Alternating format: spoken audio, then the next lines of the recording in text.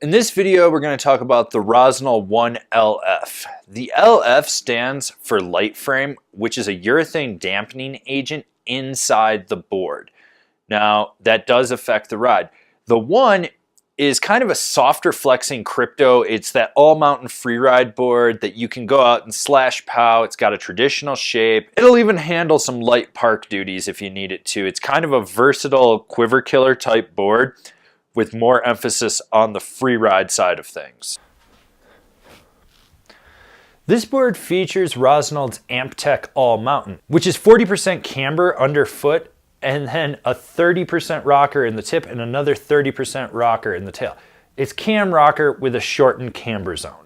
So you're gonna still get that load of traditional camber underfoot and that snap, but you're gonna have more rocker out in the tip and the tail to play with. It's gonna make it a little more loose, it's gonna be easier to butter, and it's gonna be better in powder. The 1 has that directional flex that you know and love, softer nose that stiffens up until it hits the tail where it hits the stiffest point.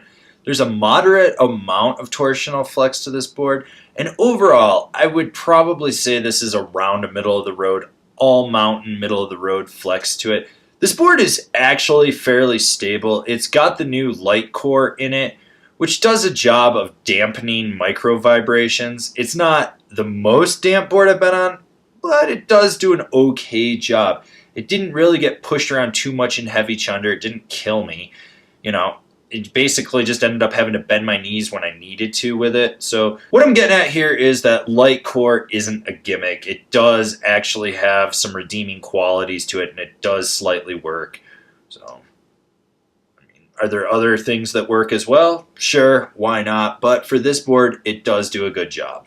You'll notice right away that there is an immense amount of snap right out of the tail of this board. This board pops. So you load up that camber zone, and it engages right where that rocker is, and that just makes a leverage point to boost with it. This board is poppy as fuck. This board does a solid job of buttering. You can get your weight out over those rocker areas, and it's not going to fight you too much. There's a little bit of snap in response, but it's not going to overwhelm you. This board isn't going to kill you if you're not good at buttering. You can progress with it. I would say it's better in a little softer snow than it is on firm icy chunder, but that's kind of a given to be expected. The Magna Traction on this board isn't so overwhelming that it keeps you locked into the carve. It's just noticeable enough to grip on icy or firm snow, but not make you feel like you're locked in all the way through your turn or your carve. The flex of this board is great. It engages carves, and if you want to push it, you can center flex the board and drive it, or you can be a little more laid back. It initiates from edge to edge with very minimal effort. It's very nimble, actually. This is one of those boards that if you're carving, you can go out with the kids and the family and have fun or be aggressive. It's not going to hinder how you ride it. So who's this board for? This is definitely the quiver of one type of guy that's going to be laid back and charged. It's for someone that wants a board that can do it all and won't hinder them. It's actually a really versatile board with a directional flex to it. It does lend itself a little bit more to the free ride aspect than the freestyle aspect of All Mountain, but it's still just balanced enough to get everything done. Here's some boards that I think stack up to it. The Ride Berserker, the Jones Flagship, the Niche Story, the Libtech Attack Banana, the K2 Turbo Dream, the Arbor Clovis. Remember to comment, share, subscribe, and like this video. That way you can see all the relevant or irrelevant snowboarding content that we're putting out for you guys. So smash that bell down below, that way you're getting a notification, and I'll see you guys in another video.